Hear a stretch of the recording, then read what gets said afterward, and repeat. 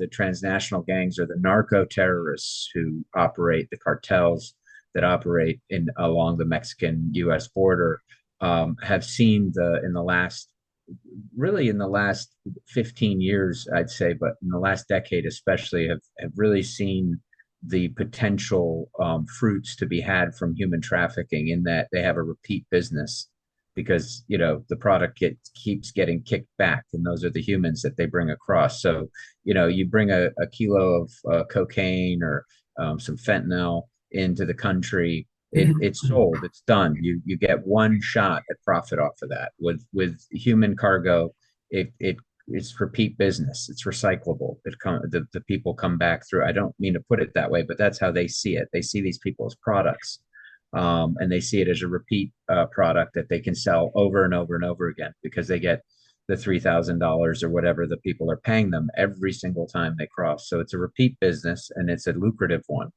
and it's one they want to keep involved with and keep going. And it's hugely deleterious, as we know. One of the reasons why sexual assault and rape is brought up so much in this context is not only because of what happens in the increases in those crimes in this country against American citizens who are assaulted and attacked by people who aren't supposed to be here and aren't here legally, criminals who get in again and again and again. And I've had that touch into my family as well. I think a lot of American families have been touched by that crime, because of the situation at the border. But not only to Americans, but the people that are being brought across. A lot of the people that are here, that are coming, wives and daughters who are coming because they come from very poor countries like Honduras, and they want to work in America. And who can blame them? They want to be in America. Who can blame them? Yes, they have to come here the right way, but if we were in their shoes, we'd probably do the same thing. They expect to be raped, these wives and mothers, when they come through Guatemala, when they come through the Guatemalan to Mexican border, the southern border. They expect to be assaulted. They expect it. It's 8 out of 10, I think, was the statistic when back in 2016 was the first time we got that statistic from the Mexican government themselves. 8 out of 10 Central American women are raped before they reach the border. This is on a scale that you see in places like Africa that are war torn, and we hear of the terrible atrocities and rape used as a weapon in places like Sudan, or where there's other destabilized areas of Africa, which is also destabilizing in much the same way, and where you have this kind of human trafficking going on. And I want to remark on that as well, because in the old days, the drug cartels would pay mules to take drugs across.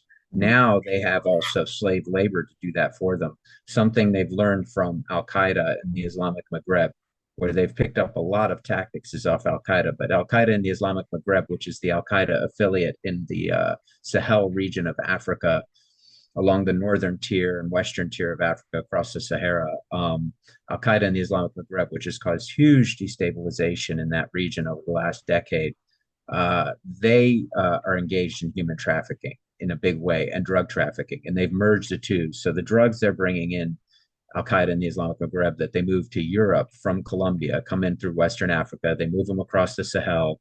They get paid 50% of the profits from that, which can be in upwards of 500 million a year. And they merge that cargo with human cargo out of the rest of Africa in Niger, around the Nigerian border. And then they move up through Libya, which is a failed state, as we all know, since 2011, when we unnecessarily overthrew Muammar Gaddafi and turned it into a totally destabilized area. And we see that they bring the human traffic through, and they make the human traffic carry their drugs for them. So they don't have to pay mules. They basically threaten them and say, well, you're not getting across, or we'll just kill you if you don't carry the drugs on your person. So I think the cartels have picked up that tactic as well, and have, along with the other ways they move drugs across en masse. There's when they're using mules, the mules are indentured servants, shall we say. So it's catastrophic. It's a human catastrophe. It's a human rights catastrophe. It's not a wonderful Ellis Island, um, you know, journey across the ocean, and Godfather 2, and the new beginning. It's not that at all. And the people that come here face a very tough time in America, as the ones that are here to really just want to start a new life, which I again completely understand that, they're with the way their countries are, and that presents another aspect of it regarding our foreign policy in Latin America, which we can get into next. We have vets on the street dying, can't even get healthcare. We have people roaming the street with no houses. But you have illegals coming up in here, getting a wad of cash. Some estimates now that card have 30,000 US on it. Getting food stamps, phone, flat screen, housing for 2 years. Estimates, getting reports to the government paying for rent for them. 2 years. How you could do that to the Americans, especially Black Americans, especially minorities who work hard and built America. It's not just the white man built America, not just the European, it's the Black minority people too. They have skin in the game, and you can't just tell me today you taking Latinos. And the fact of the matter is, you said something. They are raping and killing our American women, our wives and daughters. So something is wrong with the vetting system. So until we get that right, we need to seal the border for a season. Don't ask me how long. I'll use the word for a season. We'll figure that out. But we need to get them out. You need to go back to a consulate. I mean, whatever assets we have that can physically secure the border, whether it's through invisible electronic means or whether through it's an actual concrete wall, we should use all means to do that. And not just to keep people out, but also to protect those very people from the indignities and the crimes that they probably are going to face on the way, and the human rights abuses that they're going to face en masse as a whole. On top of which, even if it is a minority of the groups that are coming in are criminals, the fact of the matter is that they're enough of a group that they take up, for example, our prison population. In America, we get a bad rap for having such a high per capita prison population based on our population. It's the highest in the Western world. But if you take illegal migrants out of that equation and out of our prisons, who shouldn't have been in the country in the first place and are in our prisons for crimes they've committed while here, not for illegal immigration, but for crimes they've committed while here. If you took them out of our prisons, we would not have the highest per capita prison population in the Western world. So there's that. But I believe you're right, Paul. We should use an asset like the Corps of Engineers if necessary. But I also think we can do this without being so heavy-handed. And I also I think there are some greater foreign policy issues that we can get to once we secure our border that would mitigate the very driving forces that move migration towards our borders, including getting rid of Mr. Maduro in Venezuela and bringing Cuba into our fold. And I say Cuba because if you take Cuba, you do two things. One, you get Venezuela along with it and Nicaragua, and you also take them out of the Russian sphere of influence, which would be a bigger blow to Mr. Putin than anything we can do in Ukraine. Would be to take out his greatest forward projection point of interest, which is Cuba, out of his sphere of influence. So you talking about what? So two things I want to say. First of all, the latest estimates a week ago is at 75%. So 3/4 of every criminal act right now in New York State is by illegal. So we know already they're packing the New York jails. New York State, New York City, 75%. And this coming from the government statistics, number one. Number two, the Border Services in the United States says that we interdicted 400 hardcore Islamic Jihad, Wahhabi, Salafi terrorists in those illegals coming in. 400, of which they knew one of them was a prominent hold, those 8 ISIS members. They also predicted to us that they can say, the Border Services of the United States, that 100 hardcore terror cell terrorists slipped through their grasp. They call them gotaways to the Border Services. They say We know that we couldn't hold them. And they're in America, we don't even know their names, but they slipped through. The border service is telling us that. So my view is we have to take a very, very hard line now, because we are in line for Bataclan terrorist type 1 or 2 attacks that will shock America. In other words, this is not a joke anymore. And I really have a problem right now with both parties and how in the language coming out. I think Trump is the best option that we have to do something. But remember, we had the first administration and it slipped through. I knew he had Paul Ryan against him, but we have to hope that what he says on this campaign trail, he said he's going to seal it and he's going to mass deport. Remember Bukele in El Salvador built this mega jail. I wrote something and I call him, we call ours mega jails. He's taken 40,000 MS-13 and gang, 18th Street gang, and put them in there. So I think, our primary role of the government should be to serve the citizens of the United States and to protect, I think, above and beyond. And this border issue should not be divisive between the parties. It should be an issue that is bringing the parties together and the parties should agree on.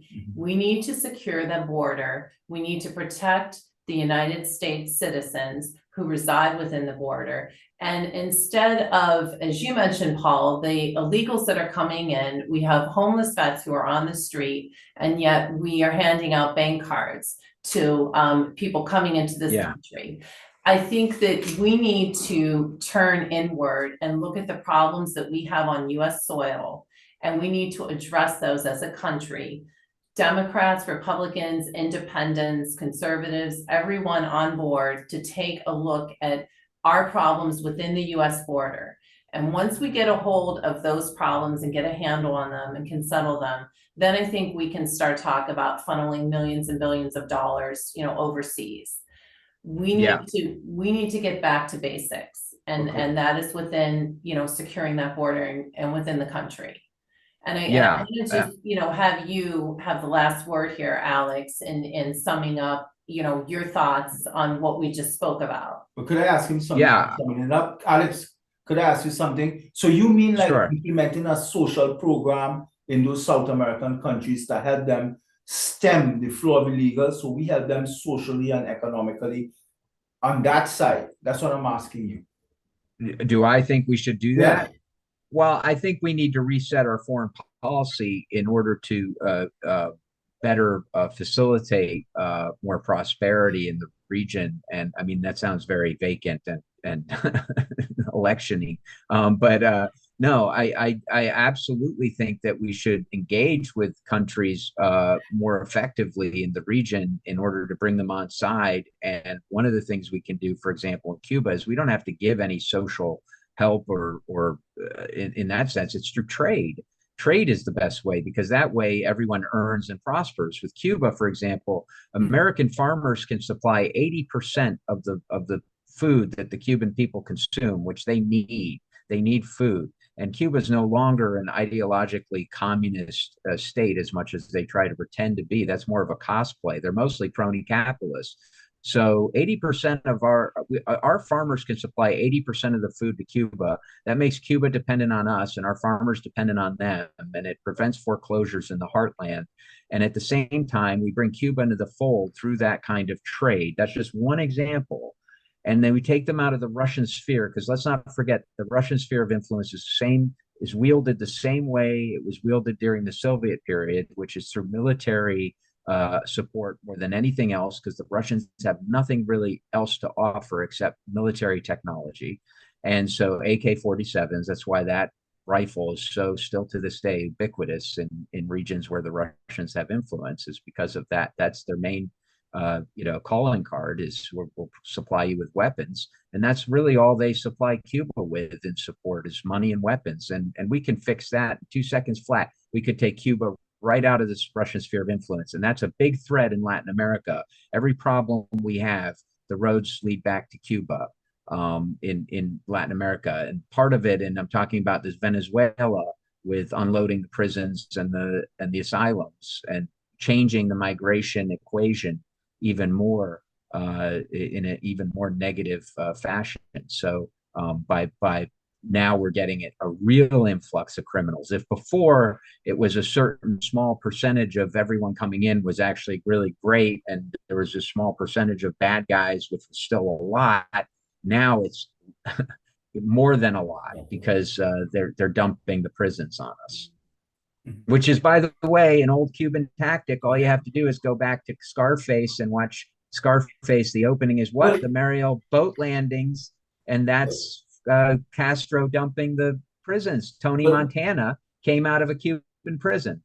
yeah, but well, Alex, like I like what you're saying. So in other words, remove all of the blockades with trade, allow countries like Cuba to trade with us, let them develop themselves financially, economically, etc. But how I want to end my part in this show today. What the American people need to understand is this.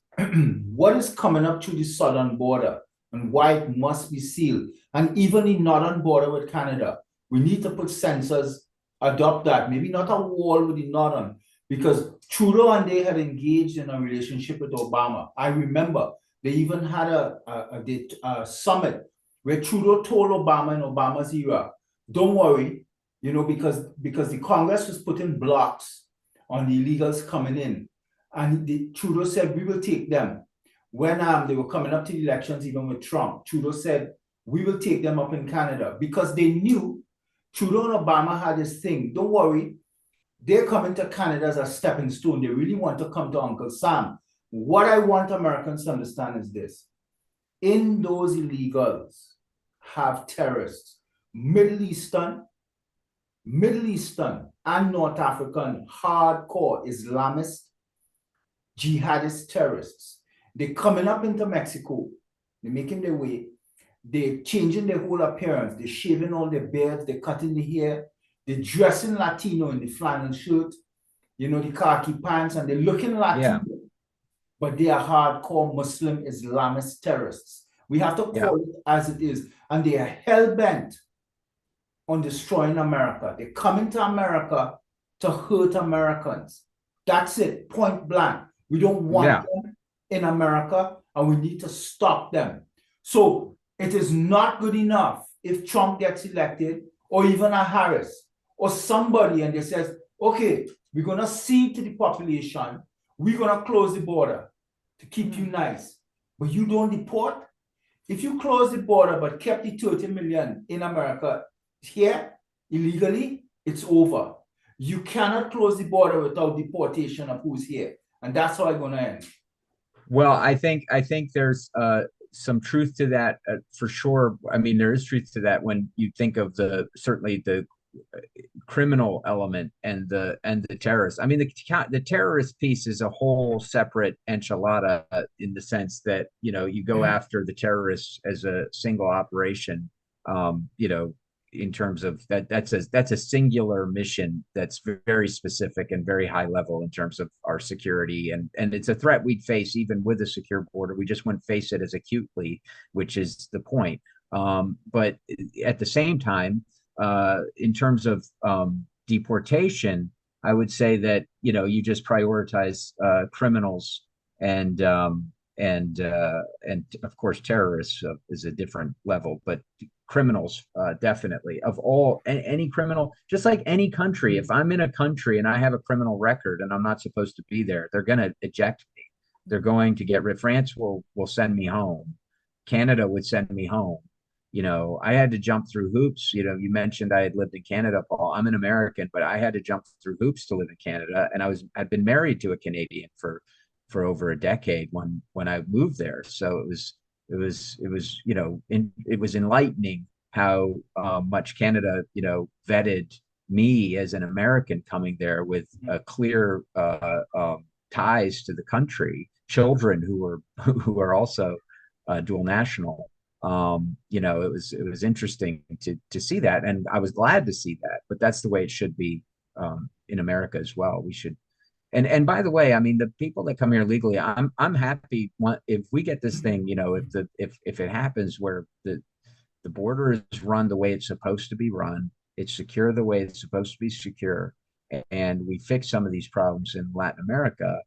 to mitigate the migration crisis, then and we end it as a crisis, then we turn around and sit back and say, okay, well, now what can we do to widen legal immigration in the areas and the roles that we need filled in this country? Do we need more scientists? You know, where can we find scientists? What countries can we find scientists from? And who also is in need to come here? And how? And of course, you take in a certain level, a certain number of sustainable refugees that we can actually help, because it doesn't help anyone to bring everyone here and they just become slave labor here. They were already slave labor in Honduras, and maybe they make a little more here as slave labor, but they really just become slave labor. Even in their best case scenario, they become indentured servants when they come here. Let's face that. It's not they come here and they become the next Elon Musk or the next Jeff Bezos, and it's the American dream. They come here and they live a nightmare at best. At best. And I It may be a better that, nightmare than what they had, but and it's a you know nightmare. what, Alex, I love that point you just made, because I think that that's what you just said is a point I haven't heard on any of the media outlets. And I think it's a very valid and a great point, because after all, that is what this country was founded upon, that principle, and the country itself is a melting pot. And it isn't that we don't value rich cultures, but there needs to be when you're coming into this country, there needs to be a goodness and willingness on an individual's part to want to do good when they're coming in and not doing harm to America. Yeah. I think that's a great note to end on, and I want to thank you for joining us. Thank you. Yeah. So it's a key issue. Yeah, key issue, Very sure, and something we could have a part 3. We could do a part 3. Yeah. Let's do a part 3. Let's go into it. We could get more global. Alex, I'm always in admiration and in awe at your intellect, thank you. your breadth and depth, as well as the Mayor Deb. So I'm very appreciative. You know, I get emotional with this topic because I'm the rawest immigrant among the 3 of us right now. You could hear it in my accent, but the thing is, the thing about it is that America is the greatest country on earth, bar none. It's the last beacon of hope, and it's the one country that if we fall, the world falls.